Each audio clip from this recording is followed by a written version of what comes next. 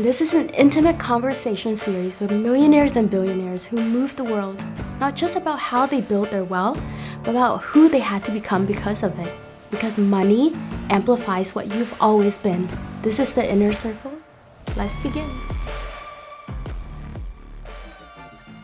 Welcome to the Inner Circle. I'm Elora Tran. Today we're interviewing Brian North. He was the founder of North & Co., a brokerage with real estate brokerage of over 1,000 agents, grossing over $500 million in revenue annually. He's since then exited the company and he's still in real estate and have his own coaching amongst numerous other things that he's doing. So let's take a deep dive. I love it. Let's go. I'm excited to be here. Thanks for having me. Yeah, thank you for being here. You know it. Can you tell us, the audience, a little bit about how you got into real estate? I know you did fix and flips, how you got into it initially. Yeah, I'm going to go right out. I moved to Arizona, a really kind of fun and unique circumstance. I was waiting tables after college in a little town in Colorado, and I met the owner of the Mercedes dealership in North Scottsdale. He said, "I like your style. Will you come sell cars for me?" Which sounded miserable. I didn't want to sell cars. I was like, never in my wildest dreams did I think I would be a car salesman. But I moved here to sell cars. I did, because it was Mercedes-Benz, and it felt elevated, and it felt like I could learn. And actually, at the time, my soon-to-be wife at the time, now my ex-wife, but soon-to-be wife, was from Arizona. So there was kind of a natural dovetail there. And 6 months after I began selling cars, I had a customer walk in who was a wholesaler, property wholesaler. So for the audience, those of you who don't know, property wholesaling is finding distressed assets, predominantly residential distressed assets, writing a contract to buy them at a really deep discount, and then actually selling the contract, not fixing the property up, but selling the contract for a small upside, leaving enough profit for the investor to be able to fix the property up. Yeah. And he was buying a car for me, and he was a year older than me. Yeah. And I was like, so how are you buying a car at our age, and how am I selling one? I was 28 years old at the time. And he said, "I'm in real estate." And I said, "Great. Can I come work for you?" And he said, "No." That was his answer. And so over that course of that time, we ended up becoming friends. Yeah. And it was about a year and a half later, and he was soon to be married, and I went to his bachelor party, and I had to leave early. The big night that we were all going to celebrate, I had to get back to the car business. It was Saturday night, and Sunday was the end of the month. Oh, wow. And as I was walking out to go and catch my flight to get back to work on Sunday, he ran up to me and he said, "Hey man, thanks for coming out. When you get back home and I get back home, we need to talk about a change of," and I said, "Career." And he goes, "No, lifestyle." And I was like, "Okay, I don't know what that means, but when you get back, let me know." Yeah. And he was a tried and true entrepreneur. And he was like, when you work for yourself, you don't leave fun things on Saturday nights. So we're going to talk about a change of lifestyle. Yeah. And when he got back, he offered me a job to be his door knocking for wholesale properties. That's how it started. That's perfect. Door knocking, that's when you learn grit, right? Yeah, grit. Yeah, for sure. I mean, I was that kid that I grew up raised by a young, very young single mom. And if I wanted anything in life, and this would be like as simple as, I'd see my friends could go to the pizza shop and get a slice of pizza, and we didn't have the means to give me a couple dollars to get a piece of pizza. So I figured out how to get a couple dollars. So I was doing door-to-door sales and paper routes for the part of the audience that even knows what a newspaper is. I actually hand-delivered newspapers, rode my bike. I had these bags on it and hand-delivered newspapers to make money. I was probably 10 years old. Wow. And so, I was working at a very early age. In Arizona? No, this was in Southern California, Orange County. Okay. Yeah. And transition to door knocking. I didn't like it. I never liked it, ever. But it was the means to an end. I could look to the guys that were teaching me what they were doing, and they door knocked. And I knew they did because they were teaching me how to do it, and they were good at it. Yeah. So if that was the barrier to entry, then I was up for the game. So what about while you door knock, what was the point where it teaches you responsibility? Like, what did you learn from it that you still apply today? Question asking. Communication skills.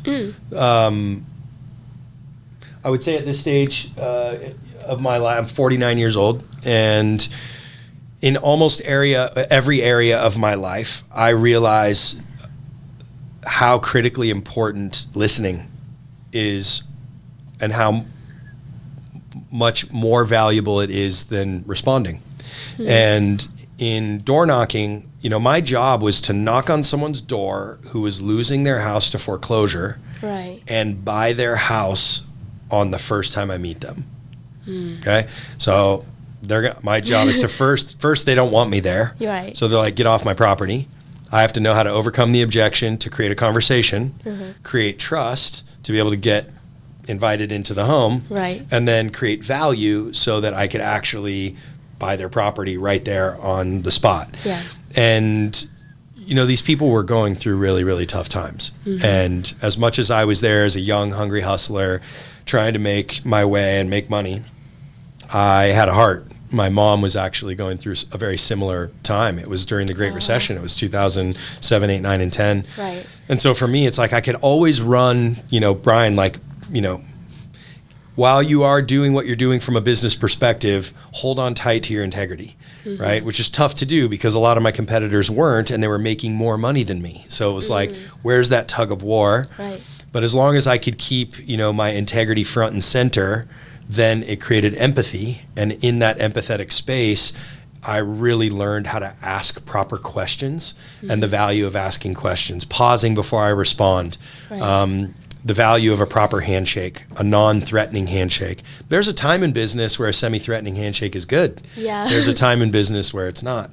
Little things like where to park, where you park your car. If you park in someone's driveway when they're home, that's threatening to them. It feels very dominant, right?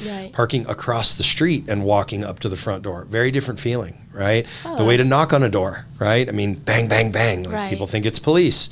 If you do the dun, dun, dun, dun, dun, that's funny. It's not really a funny situation, right? So all of these it's like little the psychology behind simple things as knocking. You got never it. thought of That's it. right. And then going in their house. I mean, a lot of these homes were homes that we were like, whoa, people live like there's something really tough going on here. Those were tough times, 2008 with the market crash. Tough times. Really, it was like death, divorce, job loss. There's just a lot of not great stuff happening behind the door. And then once you get behind the door and you realize that people are really suffering and going through very difficult times, they tend not to do great things in their lives. There was a lot of, you could tell that there was a lot of substance abuse when you're in the homes. Like you get in and you could see cocaine residue on the counter or half empty bottles with the lids off on the counters. And you could see kids that were very shy and scared, which maybe told you a story about the way they were being treated. And there was just a lot of that was going on. And so, when you're out door to door and you're in these distress situations, it's not the greatest thing in the world, but if you just, lead with integrity and learning, I mean, it was I was just every door, every situation I left, I would process and do almost a debrief of okay, I got to get my wits about me and go what was happening there? What did I do? Was I too aggressive? Yeah. Was that more about me than it was them?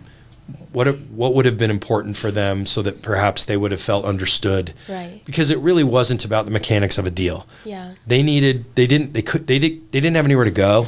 Yeah. And they didn't have any money. And food, water, and shelter, Maslow's hierarchy, are their most important needs, right? And they're about to lose their shelter. They've got no money, which is no food and potentially no water. Right. There's not a lot of love going on there.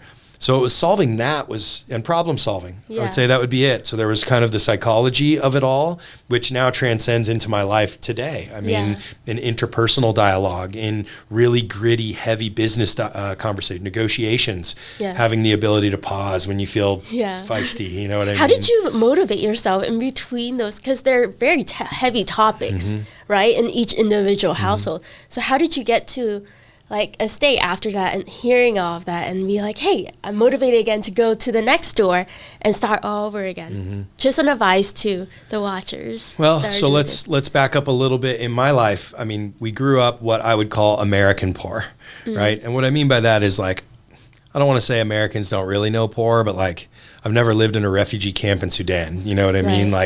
That's a totally different, level of poverty, right? Right. For me, it was I never didn't live in some kind of a home but we were homeless. So there were times we would get evicted from an apartment and not know where we were going to go. But my mom would like piece some random miscellaneous funds together from borrowing from friends, and we'd stay in a hotel that night. And then we'd sleep with her, got her girlfriend's house for a week, and then my grandma's house for 2 weeks. That's homeless, but we didn't like have to go to a shelter or anything, right? Yeah. I mean, I talk to my mom today. We talk almost every day. And, you know, I've really opened up with her about what life looked like through my eyes as a child. And we joke about how, like, if there was like a jar of pickle juice, a Kool-Aid pack, some ketchup, and a salt shaker, like I could whip up a meal. You know what I mean? Like I'm a chef because I could get creative, right? So the fun part of that story is those parts of like having been able to make the best of every situation as a child. Right. The dark parts of that are I had a really ugly relationship with money, right? I mean, I was just terrified of being broke. Yeah. And so for me, that deep-seated desire to get intricately great at something that was pretty dark was because it was my first best opportunity in life to exit being broke. Right. And so I didn't have another choice. I mean, like I could have went back to selling cars, which wasn't a horrible gig. Yeah. By the way, the story I just told you, I think at 28 years old, I made like $91,000 that year. Yeah. And 20 years ago, like that was great money. Yeah. That was really good money, right? I mean, like I was really close to making that, you know, proverbial $100,000 a year, six figures, right? Yeah. But even still, I think I had $12,000 in savings when I quit the car dealership. And I thought that would last me like a year. You know, $12,000. I think it lasted me 3 months. You know, like true entrepreneurship, like no money coming in. Right. I think it lasted 3 months, and I was almost out of money again. So, you know, there was no stopping me at that point. It's like one unique mindset that I had was build it so great that I can go back if this fails. So like the car dealership would have always taken me back. Yeah. I gave the same attention in the car dealership that I gave in door knocking, right? So I Yeah. could have went back, but burn the boats and pretend like you're never going back. Yeah. You know what I mean? And I did. And so for me, it was this thing where I just was like, there is no failure. Yeah. And I'm going to, my fear of not having money was so deep seated that it was fight or flight. If I were to simplify it to science, you know, when we're in fight or flight, all of our senses get very fine-tuned. Right. Right? If you're really staring into the eyes of a bear and it's standing up on its hind legs and it's about to eat you, nothing that you think about in a day that bothers you is going to exist in that moment. You just want to live. You're going to get down to run or fight. Right. That's it, right? And I think my fear of money was very similar to that. So it's like, how could you go into these intense situations? And it was like, I'm either going to run or I'm going to fight. Yeah. And at least in that metaphor, I chose to fight. And it felt like that. It was scary. So Yeah. I went in and I would knock on the door reluctantly. Yeah. And I would grit my teeth ready for the objection because I like being liked. They would open the door and they would reject, and here would come the big bear. And guess what would happen? Yeah. I would go into fight or flight and I would lock in, and it was go time. Wow. What was so within their firefly, right? There's you just snap into character within.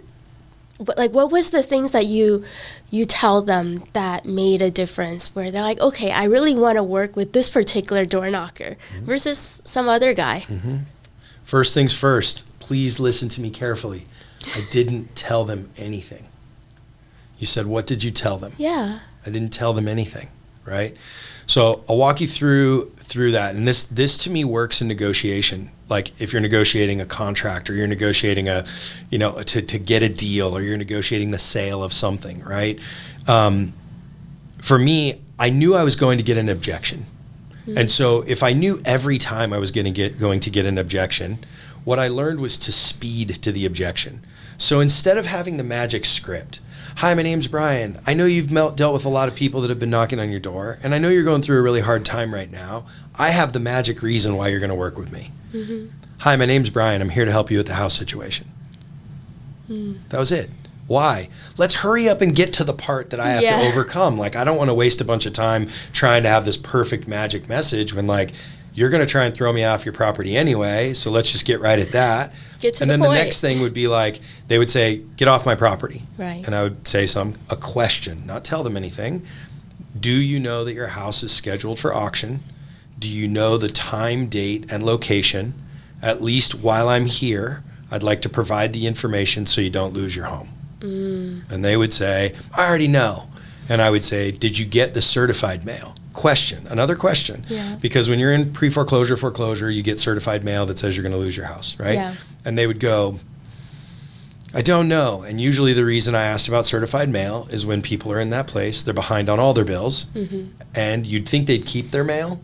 They don't. They get to an apathetic place where they just throw everything away. Oh, wow. They're just like, I don't want to pay. I don't want to pay. They're running attention to away. it. You got it. So I say, did you get the certified mail? And they'd go, and I'd go, look, it sounds like you didn't.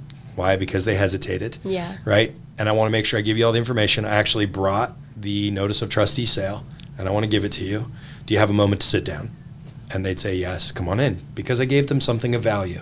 Yeah. From that point, my job with them was to ask them, if I could solve all your problems right now, what would it be? Another question. Yeah. And they would say things like, I need some groceries. Like, the kids don't have food tonight. Yeah. And then it would be like, Christmas is around the corner, and I wish I could just buy the kids some gifts. Yeah. And I'm like, I understand all those things. Yeah. I'm behind on my car payment. I'm making notes on all these things. So at the end, as simple as it sounds, it was for me to really ask and be, again, I'm sorry you're going through this. I understand. My mom's going through this. I grew up similarly. I lived in a neighborhood like this. Right. And then I would start talking, building rapport in a sales conversation is one of the most important things to do. And then at the end of the day, the mechanics of the way I did a deal was pretty simple. For every $100,000 that their house was worth, I could give them 70. Okay, so if it was worth 200, I could give them 140. Right. If it was worth 300, I could give them 210. I knew that's what my boss would allow me to pay for their home. Right. So in the case where I could give them 210, I know they owed 170. There's $40,000 there. Yeah. Now I would take that $40,000 and I would serve it to them to solve all their problems. Okay, so I'd go, hey, what if I give you $5,000 for Christmas? How much are you behind on your car? $1,000 and get you that. And then what if I could also get you, and I would start by saying, sometimes we would let them stay in the property post the acquisition, and we would prepay their rent, what they would need to pay for rent, with their equity. So whatever the balance was after car payment and Christmas gifts and those kinds of things, we'd say, what if we took the $25,000 that are left over and you could stay here for 1 year with no mortgage payment? So now I paid your car current, you've got Christmas, I paid your credit card off, and now you can stay here for a year, not have to move, get back on your feet, right? And I'm asking. And we had an old saying, it was just to say, if I could, would you? If I could do this and it would help you, would you sell your home to me, right? I never was like, do this, do that. Right. Here's the crafty trick that got them. You brought value to them. That's it. Much. And it was human. And at the end of the day, by the way, most of the investors that were buying the way I was buying had the exact same buy box or business model. So they could only pay $210 as well. So we were getting our deals by way of either pounding them over the head with a hammer or by finding a way to actually build some value for them and try and get them to a place where really they were getting back on their feet, because the facts were most of them weren't financially responsible enough or financially fit enough to even understand if I gave them $50,000 what to do with it to get back on their feet.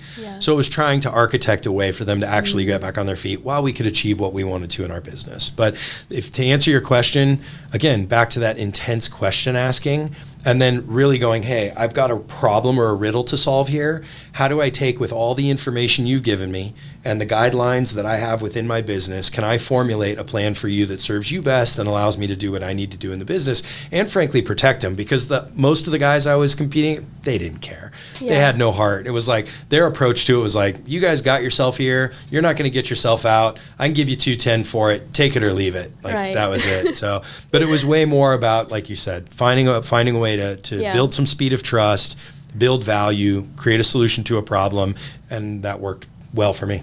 And it's again transcended to now as well. I mean, I apply all of those same principles in the way that I do business now. Yeah, it sounds like it. So you mentioned that you had a tricky relationship with money growing up, right? Like, what's the relationship with money now? What is money to you? A tool. Okay. That's it. I just tell my kids, it's just a tool. Yeah. The more money you have, the more tools you have, right? The less money you have, the less tools you have. Yeah. Just like if you were going to go buy tools at Home Depot, if you didn't have any money, you couldn't buy a bunch of tools. And here's the other cool thing about looking at it as a tool. if I needed to fix something at my house, but I didn't have the tool, or I couldn't afford the tool, do you think I could still fix it? It would be harder, but Sure. But like, if I needed drinking water, right. and there wasn't a Home Depot close, and I didn't have the tool, and the pipe was broken for drinking water, would I figure out how to divert the pipe or plug the pipe or do something to preserve my drinking? Yeah, I would. You always find it out. And I think the important part about my updated relationship with money is like, yeah, money definitely is a great resource and a great tool to be able to achieve more and new things. But without money, I'll figure it out. For sure, I did. Look how I got here with no money. Right. Now I have money and I can't figure it out. I think, money can create laziness, which is another interesting topic. But I'll also end that with saying, when I got comfortable with my relationship with money, that it was just a tool, it freed me from the idea of it being any kind of my identity relative to success. Right? When was that? When?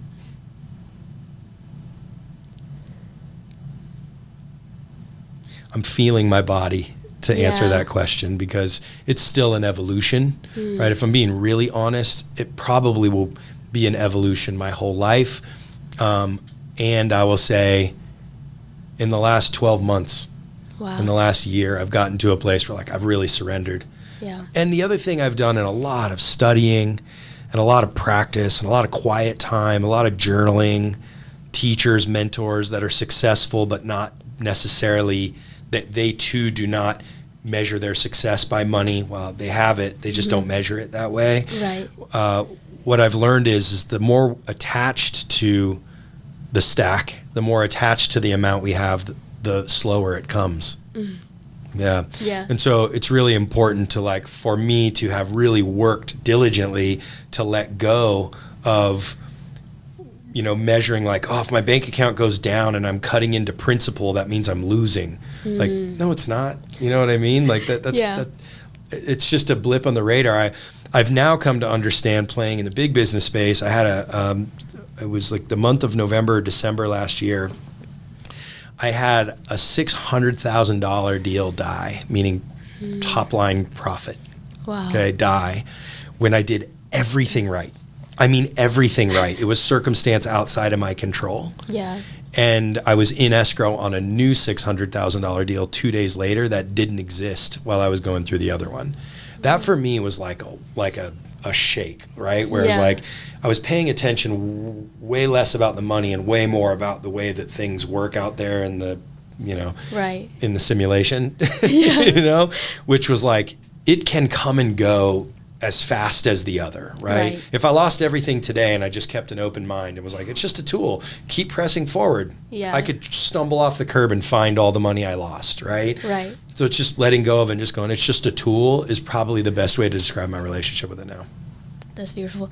Tell me a little bit more about your childhood. Yeah. Growing up with a single mom.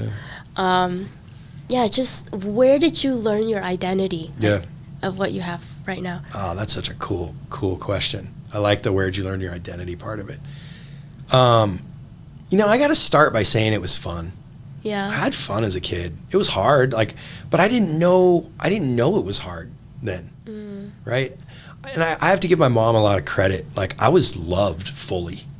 I knew I was loved. Yeah. And that is also something very usable now. I went through some time in my late teens to late 20s where I was mad at my mom. It's just because I found out things that ended up being untruths of the truth I thought my life was as a kid. And so I was like, you're not as perfect as I thought you were. You know what I mean? Yeah. But I also if I look back at it, I'm like, my childhood was fun. Now, why was it fun?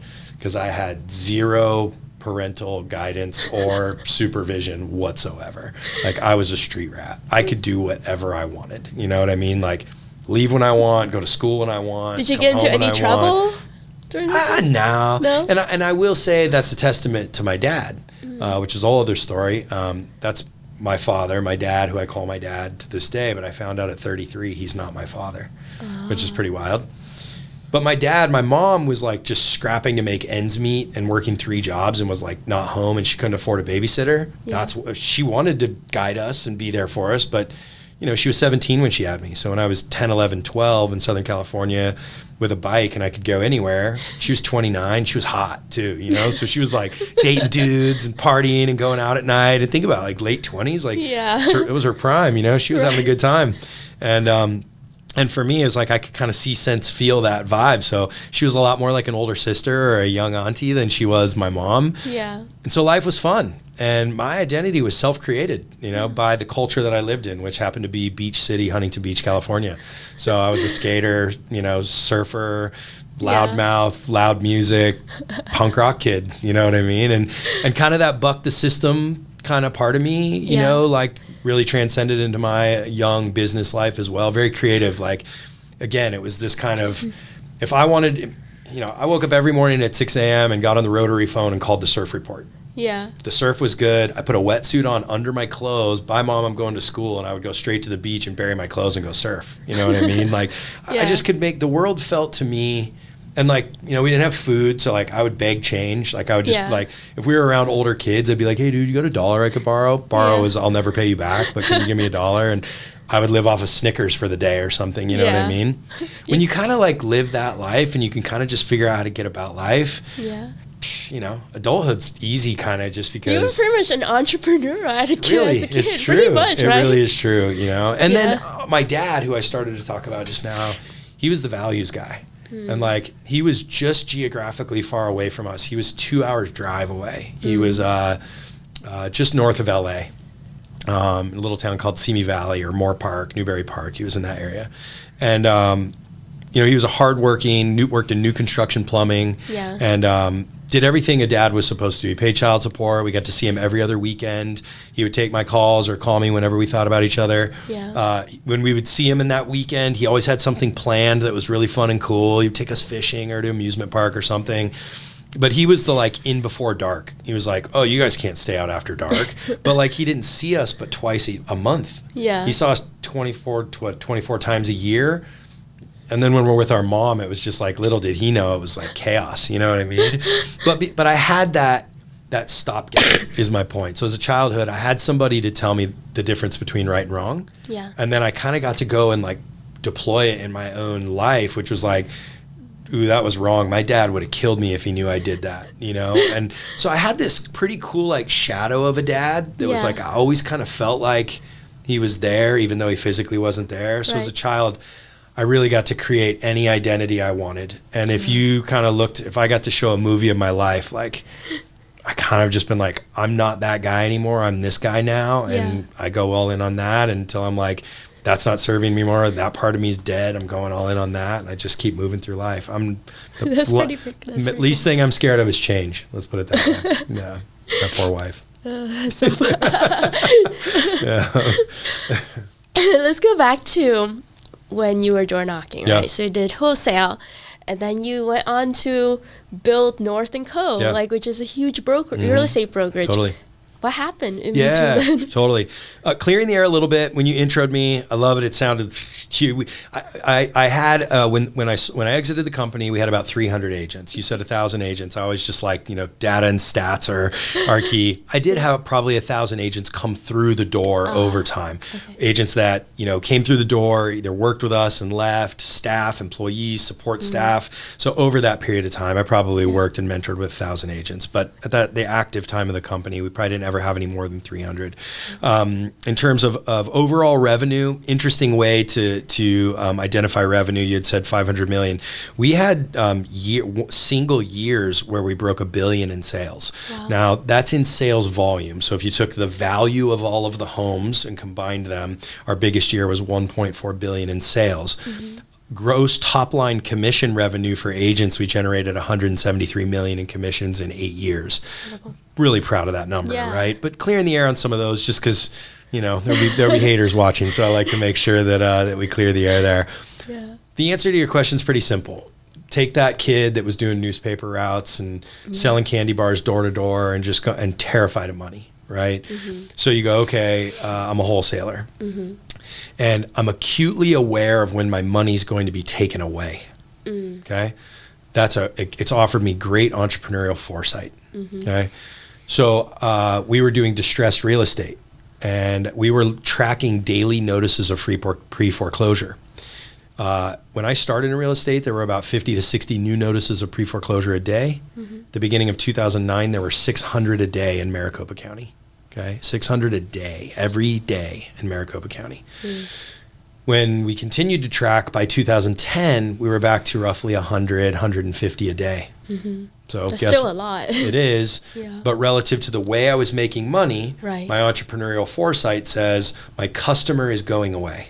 Okay, so now what do I do? Well, if distressed assets are going away, then more traditional assets are coming back to life. Okay, the regular traditional buy and sell of residential real estate. I'm going to go get my real estate license. So I went and got a license. And I lived in the Arcadia area, not in Arcadia for those true Arcadians, but just outside. And went, you know what I'm going to do? I'm going to build a resale business in the best real estate market in all of Arizona, which was Arcadia at the time. And guess how I started generating leads? Door knocking. And nobody door knocked in a luxury market. So I was the only one doing it. Like you don't go to Beverly Hills and start door knocking. And that's what I did, right? And so I built a team. In 2010, I got licensed, started building a team. And by the time I was in my 4th year, I was doing almost 100 million in gross sales volume as a small team. And I was working at an independent brokerage at the time. And that brokerage owner really fell out of love with brokerage ownership. He was the investor. He was my investor mentor. And he built it as really a resale arm of the business for the investments we were doing. It wasn't really built to handle traditional resale, right? And he came to me and said, "Hey, Brian, this brokerage isn't for me anymore. I'm going to fold it up. I want to let you know first. What do you want to do?" And ultimately, I decided that I wanted to bring the agents with me. So there were about 35 agents at the company at that time. And I went in and told them I was going to start my own company, that my mentor didn't want to own a brokerage anymore. And would they want to come with me? And all of them said yes. So I started North & Co. in December of 2015 with 35 agents. And I bootstrapped the company, didn't raise any investor capital. And over an 8-year period of time, grew it to what at the time was... it would have been the largest independent brokerage by salespeople. We were the highest production per agent of any company in town. We were ranking Arizona #1 against all brokerage classes. So we were People's Vote. Ranking Arizona, for those of you who don't know, is a very reputable, probably the most reputable kind of consumer business voting award that can be given, and against the Sotheby's, Engel and Volkers, the Corcorans, the Remaxes, Keller Williams of the world. We were voted #1 in our 3rd year of business. So yeah, it was a great run. It ultimately, for me, I realized that industry, and I still believe it now that I'm on the outside, I can say it, it's a dead industry. The brokerage business is dead. There's no soul in the business. That's why I decided to exit. It's a race to the bottom on fee structure. And for me, I knew that. So again, my entrepreneurial foresight, I was going, what's missing in this industry? The soul. And it was that residential real estate agents don't realize they sign up for entrepreneurship when they get a real estate license. They have experienced an employee W-2 type lifestyle, and then they get a real estate license, they quit their job, and they're like, who's going to tell me when I need to go to work and what I'm supposed to do? It's completely different. And when do I go to lunch? And when do I clock out? No disrespect to those still trying to figure it out. But that's a lonely place. It is. And in the brokerage business, there isn't a place to go. They have offices, but no one goes to the office. So I used to tell my colleagues, North & Co. is a personal development company disguised as a real estate brokerage. And I went all in on the personal development of agents with the goal of being, if I could teach you confidence, then I could teach you how to do real estate. There's a bunch of places you can go to learn real estate, but there's nowhere where you can go that's a confidence factory. And that's what North & Co. was. It was a confidence factory. And that was one of the questions I wanted to ask you. Is a big testament to show that all of your team members wanted to transition with you to this new company, right? So what type of leadership, how do you lead your team in a way where they feel confident, they feel accountable and motivated to start their own business in real estate? Confident. If you're up for the game, which is a very detailed game, It is to identify how to communicate with each individual their way. Okay? That's how you create longevity. Right. Because it creates ultimate trust. It's like, this person understands me. Yeah. That's very different than I do a good job of what they ask me to do. And that's most leadership. I don't have time to figure out how to communicate with you individually. I just need you to get the fucking job done and go do it. And do it well. And if you don't, I'm going to fire you. Yeah. That's 99% of employment, right? So when you can learn how to communicate with somebody the way that they want to be communicated, an example would be like, we had a CRM that had everybody's love language tagged in the CRM. So I would have my operator at the company would tell me we had built a group within the organization called the Tribe, and their number one job was eyes and ears to the field. So we had 300 independent contractors. Yeah. There's no way I can hear what's going on with all of them. No. But I had 15 people in the Tribe who connected with. One of them connected with most of the, meaning it would be like if you were a 45-year-old woman, then you connected with 45-year-old women. If you were a 28-year-old male, you can, then the Tribe would come back to me, and we actually siloed it so we had a little bit of everyone in the Tribe. Yeah. And then they would come back to us and say, I'm not going to say anyone's name, but you should pay attention to this going on in the company, right? Wow. Then we would go to our CRM. We knew who was off, right? If we were spinning plates called humans, who was wobbly, and we'd see that their love language was quality time. Right. So I would call and I would say, hey, wanted to know if you had 5 or 10 minutes to meet me in my office. I just want to sit down and see how you're doing. Yeah. And they would come in and be like, what's wrong? And you'd be like, nothing. I genuinely want to know, like, how are you? Spend 10 minutes of quality time and send them out the door. And they would be like, what was that? You know what I mean? Yeah. They would have no idea, except for they would know that I spoke to them Right. in a way they'd never been spoken with or to. That's That would be an brilliant. example. Did you build that? We did. Yeah. And so that would be an example. Yeah. That was the confidence component. It was like speed of trust, having somebody be seen as an individual. Right. There was the next one that you asked. It was confidence, and then it was Accountability. accountability. Great one. You know how you teach great accountability? Lead by example. Outwork them. Yeah. I'll be in the office before you get there, and I'll leave after you. And me at the company, I produced more than them. I still sold. Yeah. Right? So I didn't just like exit sales and then become the theoretical sales coach that stood in front of the room going, really? You don't think that works? I mean, I would look right at somebody teaching me sales and been like, when was the last time you knocked on a door? When was the last time you made a sales call? Right? For me, I was making sales calls. I would do live cold call training where I was cold calling live and let people watch me. Yeah. And so accountability is like, do it. That's the best way to hold people accountable, because everybody wants to believe that the guy sitting in the big back chair, in the corner office is like, he doesn't understand. And it's like, oh, really? You know what I mean? Like, I'll outperform you at anything you're doing. Yeah. And I'll get there earlier. I'll work harder. I'll dissect it faster. Like, to me, it's lead by example. Don't point the finger. Did you, when you recruit them into the company, did you have them take a personality test? Like love language? We did a personality test for employees for sure, and love language for employees for sure. Yeah. It wasn't until most of our agents, all but probably 20 or 25% of the agents at the company had been there once because we had a really sticky culture. So Yeah. once we implemented this, we went back into them and asked them to take the love languages test. So yes. But yeah, personality profiling or testing and love languages was a huge one. And then we had our own intuition, right? We had our own intuitive way. I mean, it might not be keep in mind, we as the leader, you only have a certain amount of time. Right. Another few things, I'll give you a couple of other ones that I did. This is a big one I talk about quite a bit, which is getting to depth of conversation quickly. So, conversation usually starts like, hey, Elora, what's going on? You're like, nothing. How have you been? What's your first usual response? I'm good. Good, great, right? So it's like, great. Great. My question back to you would be like, what's the best thing? And then usually people will go, oh my gosh, I got a new puppy. Okay, that'll be the first thing. You're like, they really are doing great. Yeah. If someone says, I'm great, and you go, what's the best part? And they go, you're like, are you okay? Like that quick. Wow. We are at like, we've gone past vacation, summer, kids, dog, all the thing. It's like, now it's like, hey, do you have a minute? Like, come here, I'll listen. right? It's like, no, I'm not doing great. Like, my boyfriend broke up with me yesterday. Yeah. I'm so sorry. What can I do to help? And then I might go to like, I can't talk about that stuff, HR stuff. Right. I can just listen and be a sounding board. But then how about all 18 of my employees were women?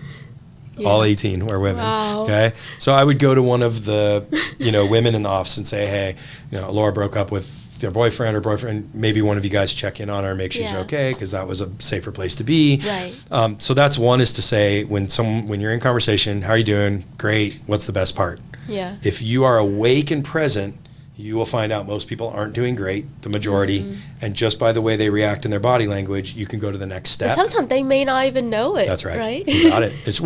We get used to saying great and putting on the smiley face and doing the thing. The other one is when people ask how I'm doing, I answer on a scale of 1 to 10 to the decimal. Okay? And it's a funny thing. You laugh. Yeah, this funny. is exactly why. You laughed. Yeah. Right? So people are like, how are you doing? Now, my analytical brain, while I'm a visionary and while I'm a creative, I'm a Virgo, if that means anything to you. So I'm very precise and analytical in everything I do. In that question, I can compress all the things that have happened to me in the last 10 days, plus my feeling in that exact moment, and go 8.7. Okay? And people will laugh. They will. They'll be like, 8.7. And then they have to think about it. They're like, what that? And the usual, most two common responses are, what's so good? Which now I get to answer what all the good things are. That's giving me an 8.7. So I'm authorized to talk about myself. Yeah. That's a very different thing than just talking about yourself. Very when different. someone says, hey, tell me about what's so good. Yeah. I'm allowed to talk about something good now without being like, oh, he's just a happy guy, Mr. Optimist, right? Yeah. It's like they're open now because they asked. The other one that is very common is, how do I get you to a 9? Right? So they just offered help. Right? And I can be like, wow, thank you so much for asking me. Yeah. There's gratitude. I get to say, you've been great for me in this moment. Yeah. And now I can offer them something. People want to help. Yeah, they do. And you give people an opportunity to actually be valuable in the world. And it's a good feeling. When you take those things, take love languages, take speed of me getting to depth of conversation. As the leader, I have like 10 seconds. I'm walking to my next appointment. I've got to go. I've got to go. And in 10 seconds, I can find out you're not okay and have you feel safe and okay, or give you an opportunity to add value in the world and let you do it and reward you for doing it. Yeah. Think about what you can create in a culture with those little things. It's pretty awesome. That's pretty awesome. I love that culture. Yeah. Wow. That's a lot of grains of great information there. Yeah, let's go. So let's go during your peak time. Yeah. Peak time in your business. Yeah. Of your life. You mentioned, off camera that you went through hardship in growing in entrepreneurship, and also like a midlife crisis even. Sure. Let's talk about that. Yeah.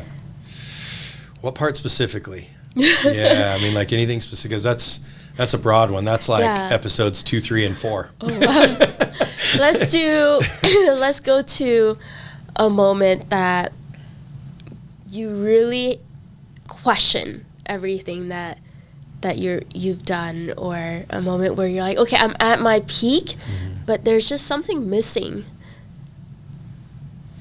For sure, the first time that it happened was when we hit $1 billion in sales, and that was completely laughable when we started the company, like in the time frame that we did it. Yeah. The first year in business, we did 99 million in sales. Yes. Okay, which by the way sounds crazy. Now let's break this down. Okay, if the average, keep in mind when I say in sales, it's volume, not revenue. Right. So it'd be like selling $1 billion worth of pencils, but that has nothing to do with the revenue. Right. Okay, it's just the amount of pencils.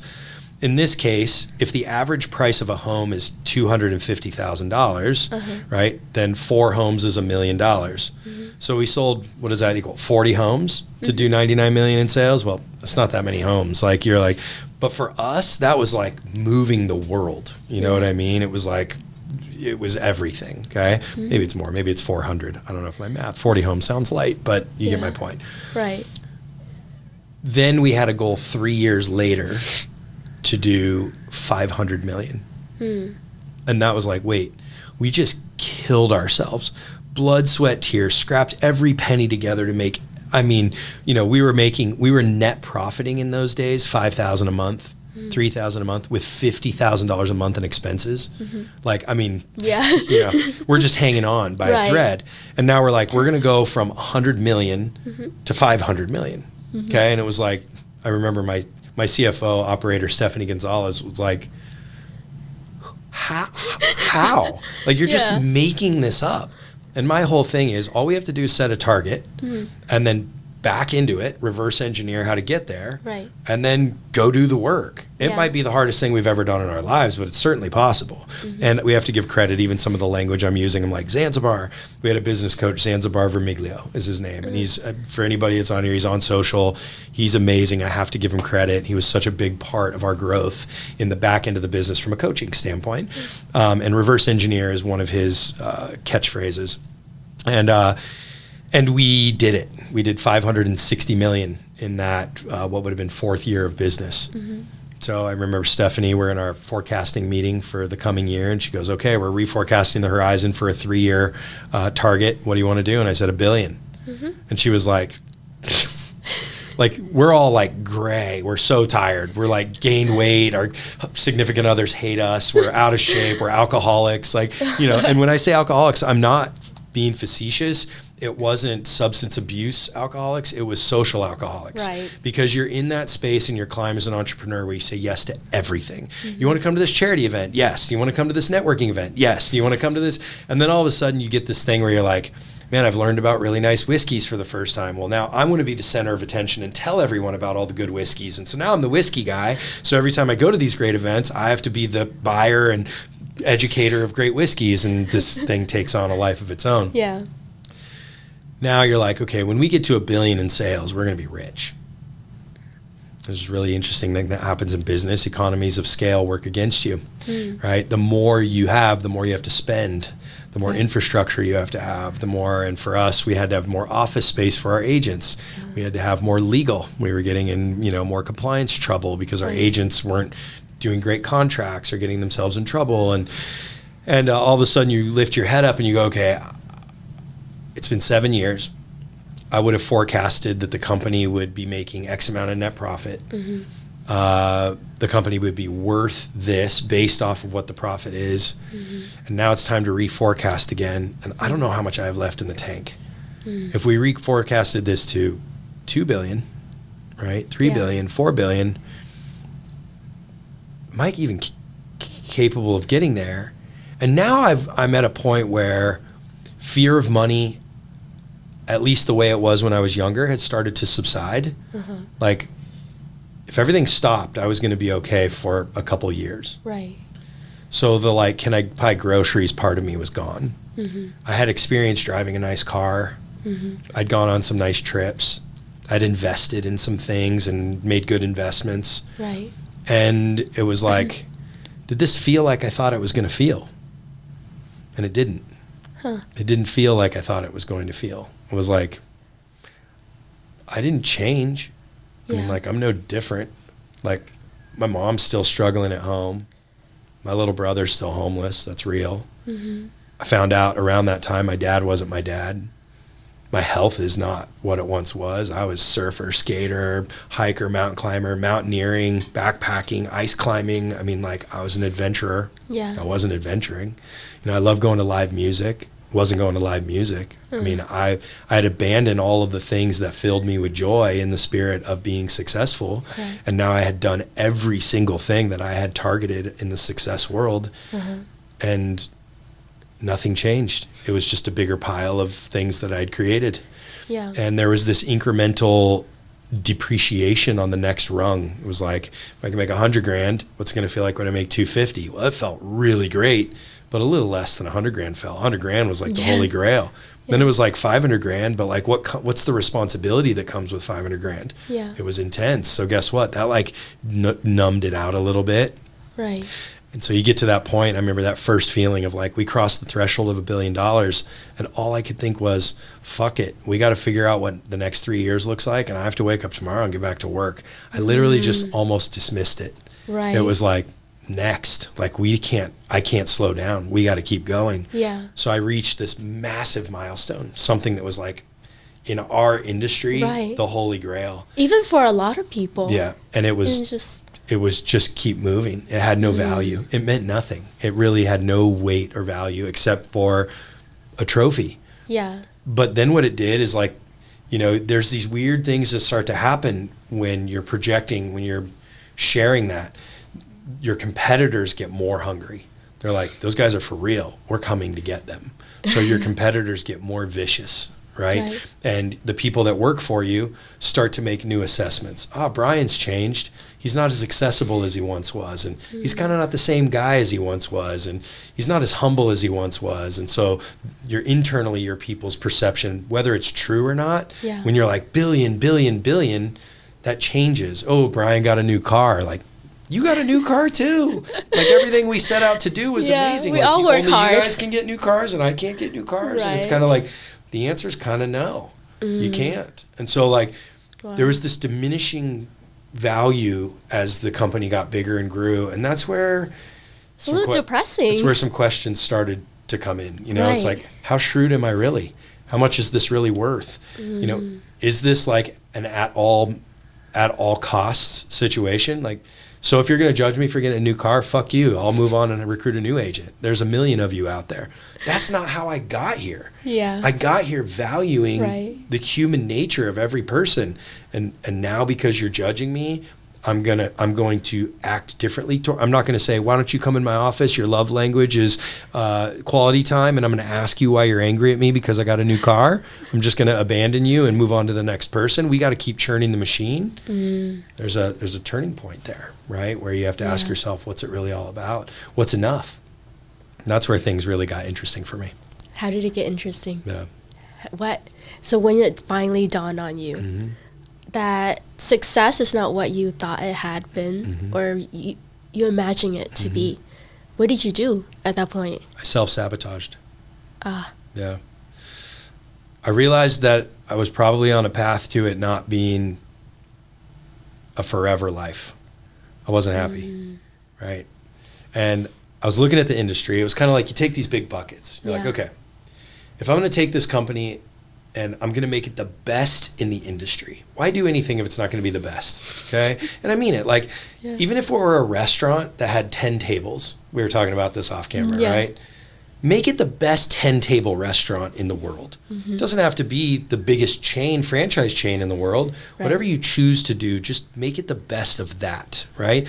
If you're a hairstylist and you don't want employees, phenomenal.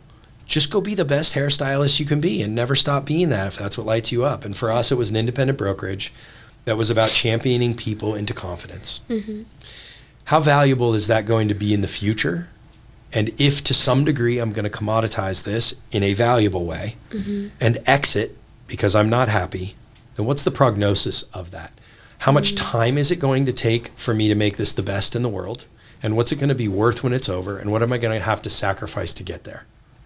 That wasn't a good prognosis because the industry at large was, in my opinion, crumbling. Right. And mainly what I saw happening was with the advent of AI, that rich human touch that I brought to my company was losing its value, right? Because people aren't worth anything anymore. I mean, I hate to say it, but like that's where we're trending, at least in the way we've always thought about them. Okay. I think we are massively valuable and we're actually going to get to see what we're really valuable for. But the next 10 years are going to be different. Unique. You know what I mean? And I could see that. So then I went, how much time is it going to take for me to do this? 10 years. Well, if AI is going to put me in this weird in-between space and the value of what I've created isn't going to have as much value, and I'm going to kill myself in the 10 years to do that, then this isn't the game anymore. Yeah. I need to think about exiting the company. That was way too scary. You thought of that at your peak. I did. Wow. Yeah, we were even designing the company for exit, not to exit, but in case of. I always was preparing for next, that foresight. You know, I had this funny saying with my business partner, Stephanie. I would say, Stephanie, I know it doesn't make sense to you right now, but I've gone and looked behind the bushes and I've seen what's happening over there. And I came back to tell you what's happening. Just trust me. And it was just foresight, because I've had a unique way of computing things and being mostly right on the ethos of things, not necessarily the tactics. And I'd proven it to her multiple times. And in this case, I felt like I was on to something. And the prognosis of me standing in front of those 300 people that I'd become intimately personal with, that built the company, and telling them I had sold them was something I couldn't come to terms with. So I resorted to substance, social drinking, which led to some partying, social drugs. And I didn't particularly normalize it.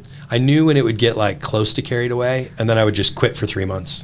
And I would be like, everyone would be like, oh, Brian's on one of his things, that was all. And I would be like charging, clean, lose a little weight, lose my bloat weight, be in the gym. And then something would spark off again, and I would go back into it. And at that time, because I was suffering inside, I was dying inside, my marriage was dying. And I found somebody who was lighting me up in a dopamine way, and I had an affair on my wife. And that was self-sabotage. I can openly say I knew I was doing something wrong. Like, I knew it. Every time I did it, I knew it was wrong. I was like, this is wrong. I know it. Why am I doing it? And then when it was over, I was like, why did I do that? Like, I know this is wrong.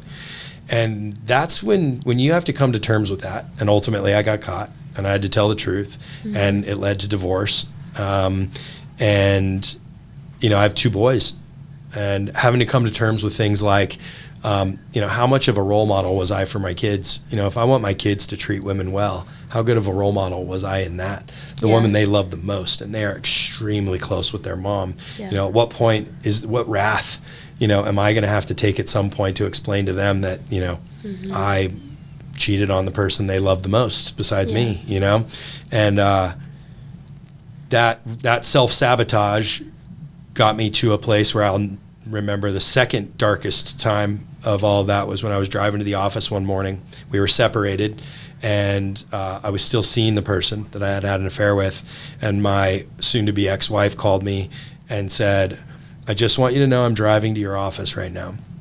And our office was a very, very robust office culture for real estate brokerages comparatively.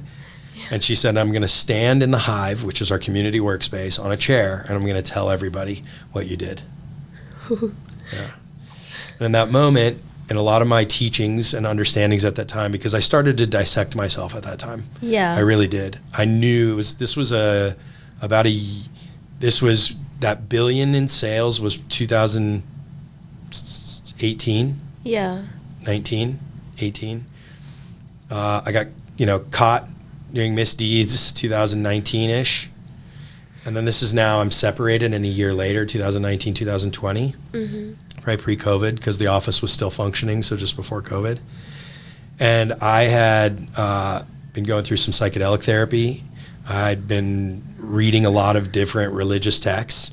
I'd been starting to opt into a meditation and breath practice just to connect to myself outside of the absolute fucking chaos that I had created in my life. And when she said that, I said, okay, I understand. I'll accept whatever comes from it. And it was my first moment of surrender in my life, where I just threw my hands up and I said, I deserve what's coming. Whatever's going to happen right now, I deserve it. Wow. And I hung up the phone, and I just said, just think about it. I said to her before I hung up, do what you need to do, but just think about it, because there's a ripple effect beyond me.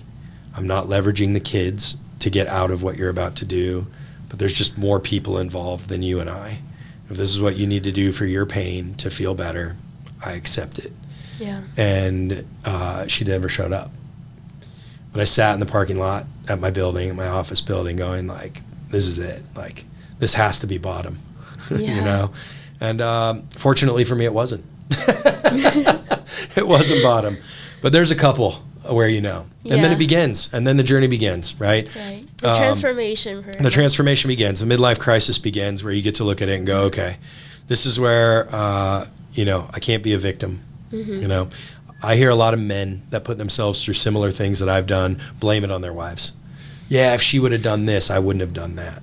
If she would have been more like this, I wouldn't have been more like that. Yeah. You know, if she would have just, right, it's bullshit. It's victim mentality. Yeah. The easiest path in hindsight that I know now is if I knew we weren't going to be together, just go tell her I've fallen out of love and we can't be together. That's going to be brutal. Yeah. Be a man. If I'm going to go and tell the company I'm going to sell the company, find the best, most authentic, real way that I was always with the people and go tell them that we've moved on and I'm going to sell the company and receive whatever's going to happen after that. Yeah. That's what I now know now is the right path. But I had to put myself through that to then to work to undiscover who I was. Why would I make decisions that were wrong when I knew they were wrong? Mm-hmm. Why would I hurt the person that we were together 20 years? Wow. I mean, I worked at Blockbuster Video when she met me, and here we're in a $1 billion sales organization. Yeah. Why would I hurt that person the way that I did? Why would I do things in spite of my 2 boys and being a role model for them when I knew they were wrong? There was some shit going on inside me that was really wrong, and I needed to go figure out why. And as soon as I accepted that that's where the answer was and I went deep, like I was not willing to stop. I was going to go as deep on myself as I did on my business in my 30s, and I wasn't going to stop until I started to find out some of the answers is where life really began for me. Wow. So through therapy and everything? It started with therapy. It was a combination of things. I mean, traditional therapy, I would call it. Kathleen Thoren, amen. I love you. She's a great friend of mine. She's still very active in her therapy space, and I highly, highly recommend her. She's a no bullshit, believe from the East Coast. I remember in our first session, she was like, I just want to tell you, I don't need you as a client. I'm totally fine. My book is full. I don't need your money. And unless you're here to do the work, don't come back to my office. And I was like, you're my therapist. You know, like it was it. Yeah. Psychedelic therapy. Yes. I did a psychedelic, what I call a vision quest, a full immersion, August of 2022 in Joshua Tree that consisted of 3 medicines, one called Combo, which is a purge medicine. Basically, it's not a psychoactive. It basically, a lot of, now if you research it, they call it a natural peptide that purges the toxins out of your body. 5 hours later, I smoked Bufo, which is the toad, commonly known as 5-MeO-DMT, the strongest psychedelic in the world. I met God. That's probably the quickest way I can say it. And then 4 hours later, I did a hero dose of mushrooms. And by the time you do something like that, it'll put every single thing you've ever believed was real into question. And at that point, I got to rebuild a new version of what I had been socially programmed to believe. Yeah. That's what it was, really. And I literally rewired myself. How long after that did you meet your current wife? Now we get to talk about the good shit. Yeah, the happy. Yeah, I met her a year and 2 months later. A year and 2 months later. No surprise. When you go through, when you put yourself through what I put myself through to get to an awakening, and then to not stop and like put the biggest battery on your back ever and go, I'm going so fucking deep, like beyond, like I don't care about anything in my life that ever mattered before. I don't care about money. I don't care about people. I don't care about friends, anyone. If it's supposed to be in my life, it will be. Yeah. And I got extra quiet. That was the number one advice I got from my best friend, one of my best friends, Ricky Williams. He ended up being our officiant in our wedding. Ricky was Heisman Trophy winning number 1 pick in the NFL draft, who got excommunicated from the NFL for smoking cannabis instead of taking opioids that were being prescribed by the NFL Players Association. And he relinquished his identity and ended up living in an ashram in India and doing an outback in Australia, a walkabout in the outback. And he's a spiritual teacher and a great friend. And I called him when I was kind of in this like, okay, I'm ready now. I'm still broken into pieces here, but like I've now got myself post psychedelic vision quest to ready. And said, what should I do? And this is a great lesson for everybody if it's meaningful for anybody listening. He said, clean out your garage. And I was like, okay, like, what do you mean clean out my garage? And he was like, it's a metaphor, but it's literal. And I want you to do it because there's energy behind it, that in order for there to be space for anything new, you have to create it. And because you're clogged on the inside right now, make space in your external life. So like clean out your garage, and metaphorically that's going to make space for something new to come in. And I was like, well, I'm going to do that this afternoon. So like, what else? And he went through like, clean out your closet, clean out your kitchen, clean out. And I did that day for like 14 hours. If it wasn't a hell yes, it was a hell no. And I like purged my entire house. And it felt, what I also ended up realizing, it was like such a Mr. Miyagi, if you guys know the Karate Kid moment, was like Mr. Miyagi teaches the Karate Kid to like wax on, wax off, not knowing that's going to be how you block punches and kicks.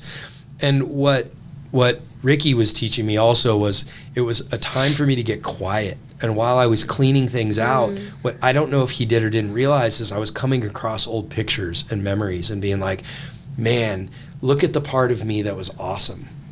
I want that guy back. Or look at the part of me that I don't want back. I want to give that away. Or look at that thing I've been holding on to as a keepsake that's just taking up space. It's time to free that. And creating memories and feelings inside of my body and things that I could attach and detach from through that exercise, that it freed up a lot of space. And then I got into a breath practice, a consistent breath practice. A great friend of mine, Greg Mayer, was telling me he was doing Wim Hof breathing, and he sent me a 10-minute Wim Hof guided meditation, and it worked for me. And I did it. I just promised myself I'd do it every day for 30 days, and I did. And then I started self-teaching myself variations of breath work, and then I started visualization. And I was still in that toxic relationship that I was in post my wife. And I was very, very clear that not only was that not going to work, but all the characteristics of a relationship that I would no longer tolerate. I mean, I was definite. I was rigid. And I started starting to come to terms with the value of what a partner could mean in my life, how important it was, and how important it was going to be for that somebody that they had me in their life. Because I was about to rebuild somebody amazing. I really was. And I was visualizing that person. And I remember I tell Nancy,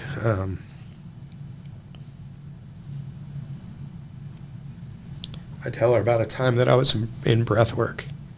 And I saw like the silhouette of a woman that I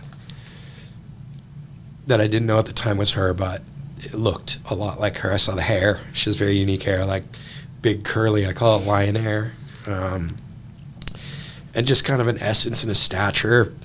It's really hard to describe in words, something that I can only understand, but there was a visual nature to it.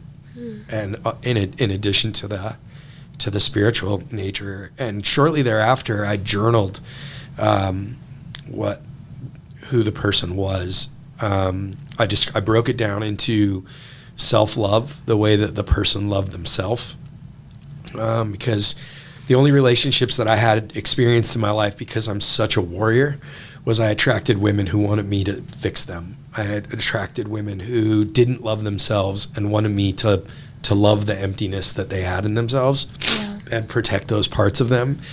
And that was bad. It was worse for me than it was for them. They didn't know it. So it was self-love, it was intimacy, it was communication, and then it was the way that they saw me. And that was really important because I'm a wild man, I'm an intense human being. Like there are no off seconds in my life, period. If it's a down moment, it's the most intentional down moment you can imagine.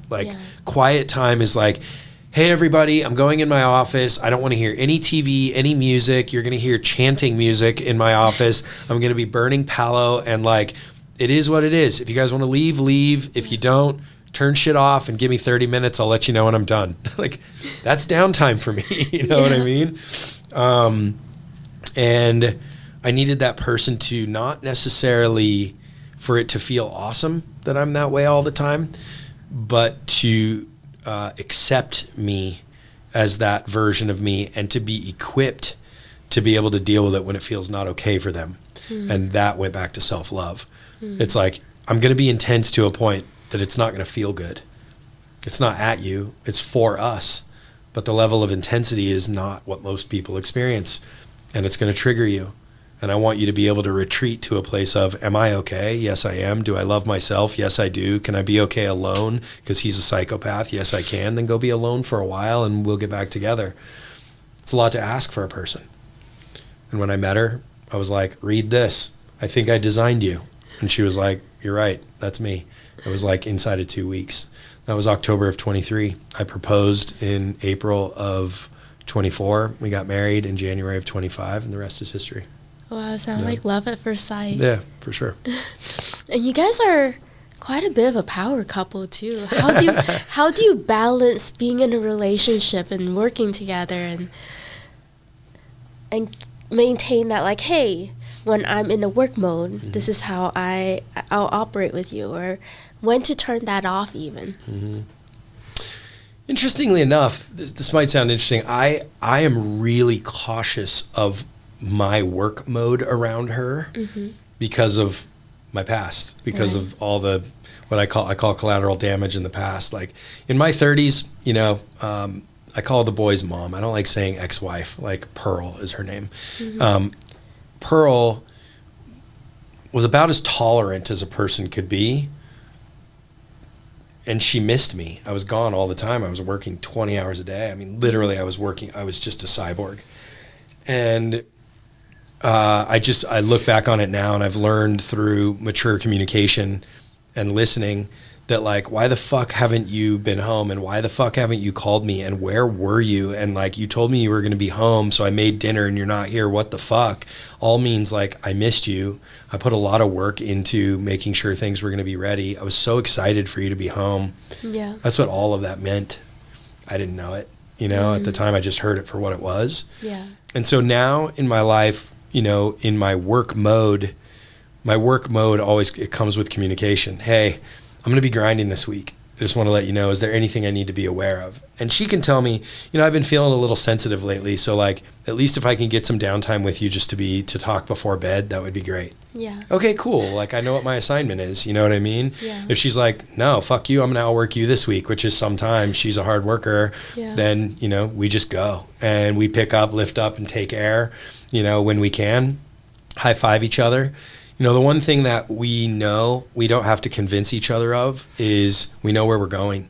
And this was something really, really intentional for me early in the relationship, was we have to design an outcome together. Why are we doing it? Why? Yeah. Why? Nancy's a how and what, and most people are. Just tell me how to do it, what to do, and I'll get it done. That's great. But if you do that for a prolonged period of time, and me being the intense individual I am, I'm going to ask for more and more and more. And at some point, if you don't know why, the more the how and what lose their value, because you can only get so many pats on the back. Yeah. So for us, it was a clear distinction of why, and for her, it's family. Everything is family. So it's like, as long as we get time with family, we're preparing, we're creating a financial legacy for family. We're preparing to be able to take care of my dad should he get to a place where he can't take care of himself. Sundays are for family, things like that. Then it makes work worth it for her. You know, so I can always rely on, like, hey, are we getting enough family time? Have you talked to Yasmina in the last couple of days, our daughter? When was the last time you saw your dad? Have you talked to your sisters? That's her love language, for lack of a better description. Right. And so it's always the antidote for everything. If we are feeling burnt, then I can be like, I need to just insert you into family, or we need home time, right? Yeah. For the astrologist in the world, she's a Cancer. So this would make a lot of sense for people in astrology, right? Yeah. So like emotional. You got it. So I know it's important. You know, it's interesting though, you know, Cancers get tagged as emotional. I would say for her specifically, it's emotional related to specific things. You know, as long as I'm attentive to her well-being, which is home, rest, health, really all she genuinely needs is to be appreciated. That's like her thing. You know, I know she's not being appreciated when she says something like, did you see I cleaned the whole house yesterday? For me, that's like red flag, right? Which is like, in my past life, I would have been like, the fuck do you think I was doing all week? Yeah. Literally, I would have said something like that, right? Now I'm like, absolutely, babe. Like, that must have taken you all day.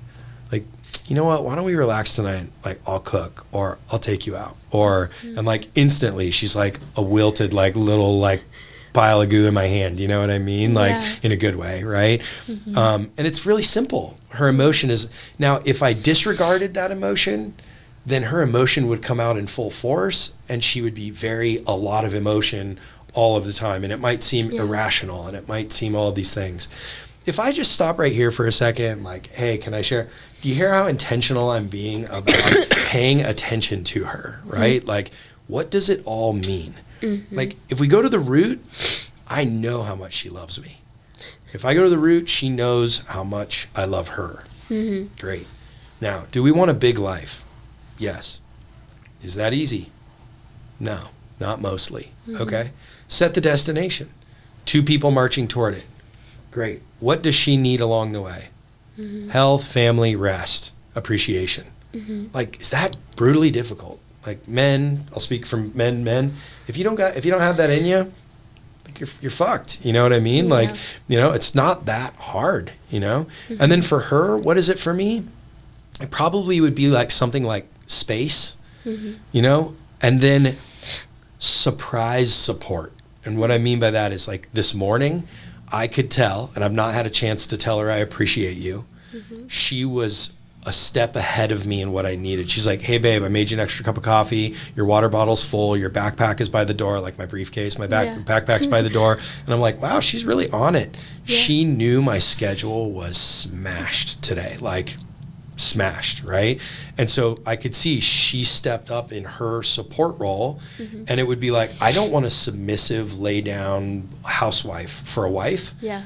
But like what I say she did was she sharpened my sword for battle. Right. Right? If we lived in the caveman days and I was going to go hunt to bring home kill for the family, she basically sharpened my sword and was like, your sword is sharp by the thing. I've packed you a snack pack so you can survive. You have bandages in the lower pocket. I hope you live. Like that's what she did for me, right? Yeah. And our role is very much that. I always say we've delineated that my role is to be great outside of the home and her role is to be great inside of the home. Yeah, you guys balance each other. That's it, Yeah. Now, there's a time where she's only 60% good at home. This is a Brene Brownism. Have you heard her talk about this, Brene Brown? No. Do you know Brene Brown? I haven't. Great author.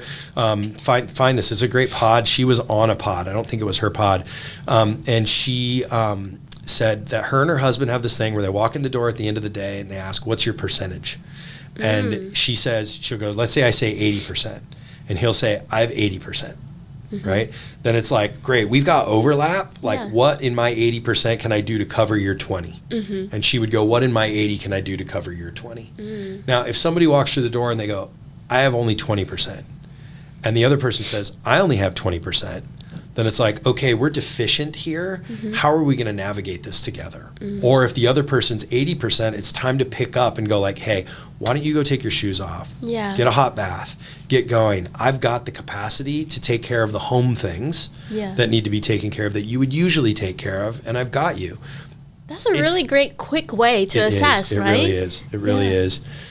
And then I think the last thing for us that is just so like, again, I don't know how to teach this, but is this thing of just constantly championing each other, right? It's just like, you're great. No, you're great. And like if people saw us, like my kids, I don't know if you know the word glazing, like my kids, they say, Dad, why are you glazing Nancy? Like it's like you're over gushing, on her. We glaze each other all the time. But I think it's this thing of like just really having a belief in one another. And I would say this, the difference in why I believe in Nancy and why I think she believes in me the way she does goes back to, how do you create accountability in someone? Do you remember what my answer was? To be it. Lead by example. Yeah. Nancy leads by example. Like she doesn't stop, right? Until it's time to go to bed, she is like checking every last thing off the box. There is never a time where she goes, I just don't feel like doing that. She will straight up say, that needs to get done. Will you help me get it done? That's the worst case scenario.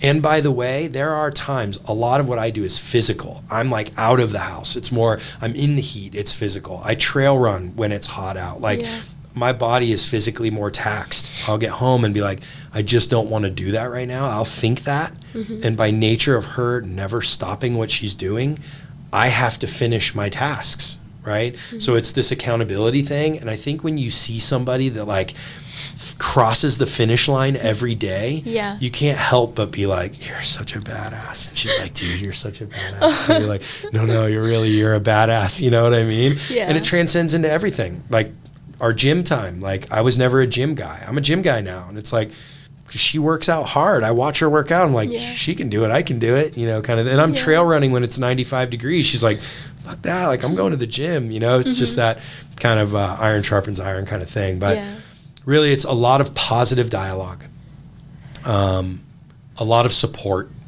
We know our roles. We have a clearly defined outcome. We're there to pick up each other's slack. We believe in each other inherently. I would also say we're not afraid to confront each other. And confrontation 90% of the time is delivered in a way that is very direct and to the point. It's not laced with emotion. And we always start with the premise that it's for us. I'm not here to win anything. I don't want to be right. I just want to bring an awareness that I think if there was some awareness put to it, that it would create better for us. Are you open to it? The answer is not always, yeah, sure. The answer sometimes is like, fuck you. Not really. But like, you know, that didn't feel good. I understand. It wasn't necessarily designed to feel good. If you need space, I'll give you space. If you have questions, ask away. We can come back to this and we can talk about it. And sometimes she'll come to me in a very supple way where I soften up and I'll listen and we work through it.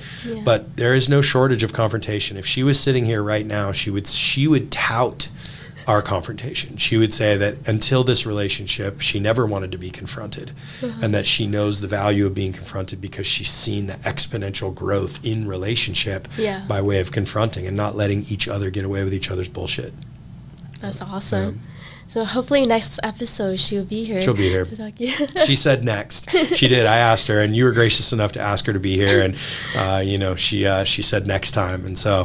Thank you for sharing that, though, your dynamic, and I think a lot of people, they're like, well, I'd never want to work with my other significant figure, right? I can't imagine. So to hear in the back end of things how you guys work together, I think is very fruitful and educational.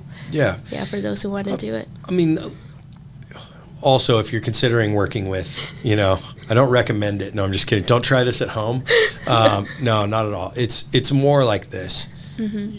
I am equipped at this point to know what I do well and what I don't have to expect her to do well. And she's not afraid to say, you're great at that and I'm not. Like speaking in front of a room of people, she would probably never want to do it. So I would never expect her to do it, right? That same thing applies in more task-based stuff. You know, she would say to me, I wish you could negotiate every one of my deals. And I would say to her, I wish you could do all the back-end paperwork, organization, structure of the deal, the working with the homeowners association and working with the insurance company and working with the title company. And like, she's just so organized and meticulous in that space. And if she does it her way, and it's not my way, but it gets done well, instead of coming and saying, that's not the way I would do it, I have to be able to say, she freed up an opportunity for me to go and do the things I was great at, so I can't possibly critique every single thing she's doing. Which, don't get me wrong, is sometimes difficult for me because I have a perfectionist approach to things. And that she can also, she's intuitive enough, she's highly intuitive, to know that I want to say something and I'm opting not to. Does that make sense? And that's valuable to her. She's like, I know you want to critique me and you're withholding it for me, and that's beautiful, and I love you for it, right? It's a lot of awareness, a lot of self-awareness. I think most people watching this be like, it sounds fucking exhausting. I would never want to do that. People tell us often when we describe our relationship to them, because they see on social media, I always say, if you think we're happy on social media, you should see what real life is like. It's 10 times happier. But if you saw what it took to be that happy, I think most people would just want to be single. There's absolutely a certain level of empathy and awareness, right? Self-awareness to make it work. Sure. Well, even just having the strength and ability to be able to feel that little monster coming on that wants to react. And be able to go, it's okay, little guy. Usually that is some version of a younger person inside of you, an old, outdated version that's coming to the party to say, I'm unsafe.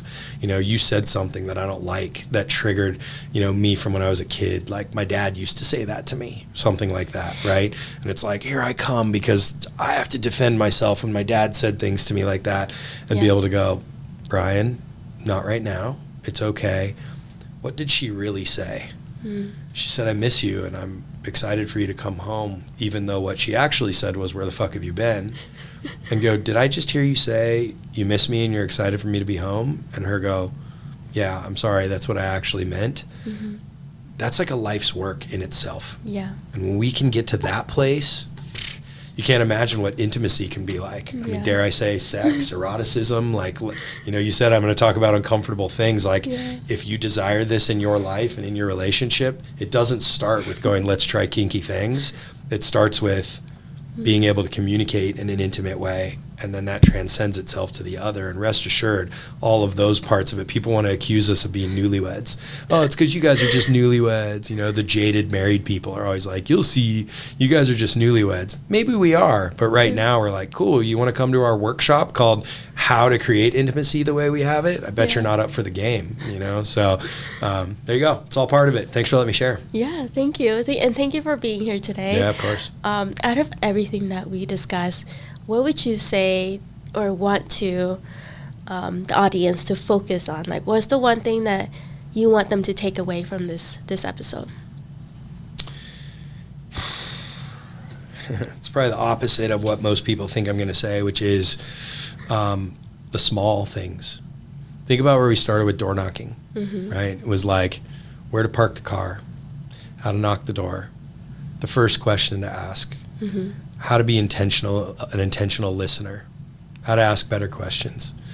All of those things filtered and layered themselves into the way that I grew a culture called North & Co. It was all these individual relationships, and it was asking better questions. I didn't wake up one day with the good fortune of being able to do the thing where people go, hey, how are you doing? Great. What's the best part?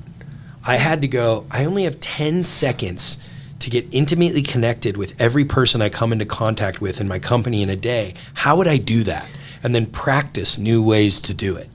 Small thing, big result, right? Brian, how are you doing? Great. Cool. Good seeing you. Later. All right. That's not going to work if I'm going to want to accomplish in the company what I want. Yeah. So I had to figure out and chart out and play with the idea of a small thing. Practice it. Get a big result. Those same things transcend into the relationship. Like, man, what makes your power couple relationship so amazing? And it's like, have a clearly defined destination, something where we know where we're going together. Sounds very business. Delineate roles. If we're both trying to go outside of the house and kill, guess what the in-house is going to look like, right? So delineate roles. Even if you are both killers, hire someone, and then who's going to work to manage that person to get best outcome. What we didn't talk a ton about, and I'll throw these in, would be simple things like hydration, body movement, rest, sleep. All of these things, exercise, all lend themselves to confidence. Confidence lends themselves to self-love. Self-love lends itself to self-awareness. Self-awareness lends itself to self-audit. Like, you have to be really comfortable to audit yourself. Yeah. To be like, I don't want that anymore. Now I'm going to practice not doing that. I want to keep that and accentuate that. I'm going to practice accentuating that. So self-audit. And from self-audit, I've got a new way of being, and then I've got to have the guts and the skill, frankly, to go practice it. Yeah. It's like, wow, that sounds like so much. Where did you start? And it's like, I started by drinking a lot of water and resting and breathing and going and listening to live music and being happier and creating cooler connections with people. And all of a sudden I was happy, and then went, how can I be happier? Yeah. And then you ask me, like, our relationship with money, who gives a shit? I'm happy. Yeah. So, like, money will come, it will go. It's just a tool, success. Where are you going? What are you doing? Right. How much do you want to have? More of what I just described to you. That's what I want to have. And if I do that, I'm probably going to be awake enough and confident enough to conquer my own unique version of the world, and it'll lead to some great things. Yeah, I believe it. Yeah. Thank you, Brian. Thank you.